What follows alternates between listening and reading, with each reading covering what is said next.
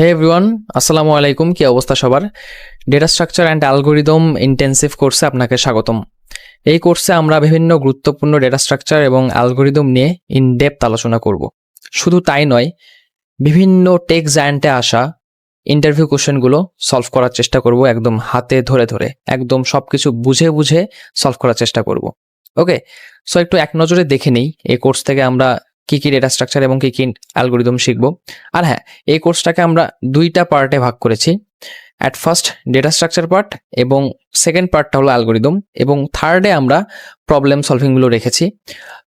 Problem solving যে একবারে থার্ডে এমনটা নয়, কিছু কিছু প্রবলেম আমরা ডেটা স্ট্রাকচার এবং অ্যালগোরিদম কোর্সের মধ্যেই রেখেছি, অ্যান্ড মেইনলি প্রবলেম সলভিং শুরু হবে আমাদের ডেটা স্ট্রাকচার এবং অ্যালগোরিদম কোর্স, অর্থাৎ এই দুইটা পার্ট শেষ হওয়ার পরে। ওকে, আর মাঝে মাঝেও কিছু কিছু প্রবলেম আছে। ওকে, সো আমরা একটু এক নজরে দেখে নিই এই কোর্স থেকে আমরা কি কি ডেটা স্ট্রাকচার এবং কি কি অ্যালগোরিদম শিখব। ওকে, সো অ্যাট ফার্স্ট আমাদের ডেটা স্ট্রাকচার পার্ট শুরু হবে, যেখানে আমরা প্রথমে জানবো যে কেন আমাদের ডেটা স্ট্রাকচার শেখা প্রয়োজন। মানে কেন আমাদের শিখতে হবে ডেটা স্ট্রাকচার, কি প্রয়োজনে আমরা শিখবো। প্রয়োজন ছাড়া তো মানুষ কিছু শেখে না, তাই না? কোনো একটা প্রয়োজনেই তো শেখে, কোনো একটা প্রবলেম সলভ করার জন্যই মানুষ শেখে। সো এটা আমরা প্রথমে জানার চেষ্টা করবো আমরা কেন ডেটা স্ট্রাকচার শিখবো। তারপরে আমরা আলোচনা করব টাইম অ্যান্ড স্পেস কমপ্লেক্সিটি নিয়ে। দেন আমরা আলোচনা করব ভেক্টর নিয়ে। ভেক্টর হলো সি প্লাস প্লাসের ডাইনামিক অ্যারে, যেটা সি প্লাস প্লাসের একটা STL. STL means standard template library. Standard template library সম্পর্কে আমি পরে এক্সপ্লেন করে দিব, ইন্ট্রোডাকশন ভিডিওতে আরও সব রাখছি না।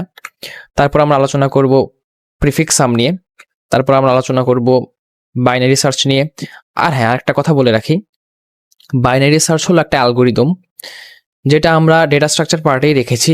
কেন রেখেছি এটা পরে এক্সপ্লেন করে দিব। ওকে, তারপর আমরা সিঙ্গলি লিঙ্ক লিস্ট নিয়ে আলোচনা করব। তারপর আমরা সিঙ্গলি লিঙ্ক লিস্টের অপারেশনসগুলো সম্পর্কে দেখব। তারপর আমরা ডাবলি লিঙ্ক লিস্ট নিয়ে আলোচনা করব।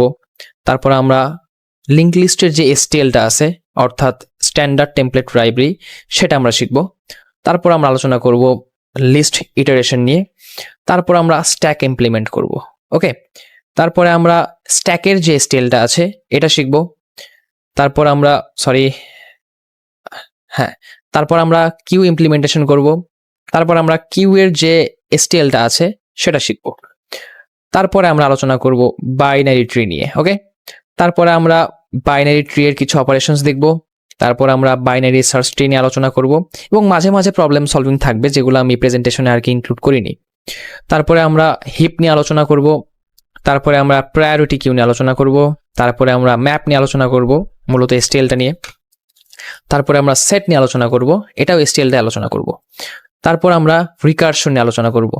রিকারশন একটা অ্যালগরিদমিক কনসেপ্ট, বাট এটাকে আমরা ডেটা স্ট্রাকচার পার্টেই রেখেছি। কেন রেখেছি এটাও পরে এক্সপ্লেন করে দিব। ওকে, তারপরে আমাদের শুরু হবে অ্যালগরিদম পার্ট। অ্যালগরিদম পার্টে আমরা অ্যাট ফার্স্ট দেখব গ্রাফ রিপ্রেজেন্টেশন। তারপরে আমরা দেখব বিএফএস অ্যালগরিদম। তারপরে আমরা দেখব ডিএফএস অ্যালগরিদম। তারপরে আমরা দেখব 2D গ্রিড ট্রাভার্সাল।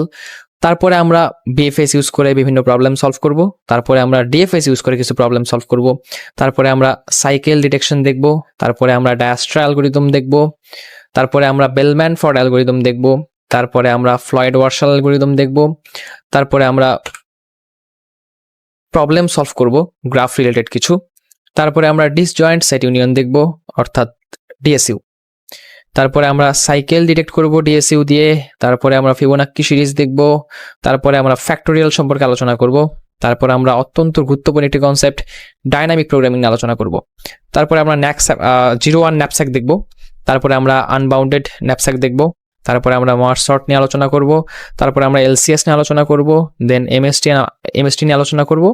তারপরে আমাদের থিওরিটিক্যাল পার্ট শেষ হবে, ইমপ্লিমেন্টেশনের পার্টও শেষ হবে। তারপরে আমরা অ্যাকচুয়ালি প্রবলেম সলভিং এর দিকে মুভ করব, যেখানে আমরা বিভিন্ন টেক জায়ান্টে আসা বিভিন্ন প্রবলেম নিয়ে আলোচনা করব, বিভিন্ন প্রবলেম নিয়ে আমরা স্টাডি করব, দেন সেগুলো হাতে কলমে সলভ করার চেষ্টা করব। ওকে, আর হ্যাঁ, যারা ইউনিভার্সিটি স্টুডেন্ট রয়েছেন তাদের জন্যও এই কোর্সটা অনেক ইফেক্টিভ হতে যাচ্ছে, বিশেষ করে তাদের একাডেমিকের জন্য।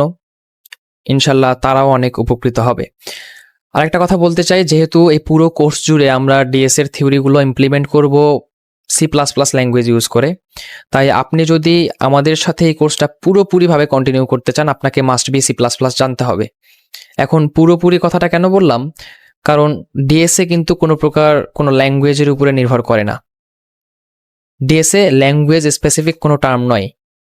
DSA one kind of structural একটা টার্ম, ইঞ্জিনিয়ারিং একটা টার্ম বলতে পারেন। এটা ল্যাঙ্গুয়েজের উপরে নির্ভর করে না, এটা আপনি যে কোনো ল্যাঙ্গুয়েজ দিয়ে ইমপ্লিমেন্ট করতে পারেন। এখন আপনি যদি C++ না জানেন বাট আপনি ডিএসএ শিখতে চাচ্ছেন এই কোর্স থেকে, তাইলে আপনি একটা কাজ করতে পারেন। আপনি এই কোর্স থেকে ডিএসএর থিওরিগুলো ভালোভাবে বুঝে যাবেন, তারপরে আপনি আপনার মনের মতো কোনো একটা ল্যাঙ্গুয়েজ দিয়ে ইমপ্লিমেন্ট করবেন। আমরা C++ চুজ করেছি কারণ C++ ডিএসএ শেখার জন্য সুইটেবল একটা ল্যাঙ্গুয়েজ। দ্যাট ইজ ওয়াই আমরা C++ চুজ করেছি। আপনি যে কোনো ল্যাঙ্গুয়েজে সেটা ইমপ্লিমেন্ট করতে পারেন। ওকে, সো এতটুকুই, আজকে আর বেশি কথা বলবো না। আরেকটা কথা, ভিডিও আসবে হয়তো আগামীকাল থেকে। আর যারা আমাদের ফেসবুক পেজের সাথে যুক্ত নেই, তারা তুলতুল নিউরোস্ট্যাক পেজটা ফলো করে দিবেন। আমাদের কমিউনিটির সাথেও যুক্ত হতে পারেন, তুলতুল নিউরোস্ট্যাক ফেসবুক কমিউনিটি যেটা আছে, প্রোগ্রামিং কমিউনিটি। আর আমাদের ইউটিউব চ্যানেলটা সাবস্ক্রাইব করে দিবেন। সব কিছুর লিঙ্ক কমেন্ট বক্সে দেওয়া থাকবে। আজকে এ পর্যন্তই, আল্লাহ হাফেজ।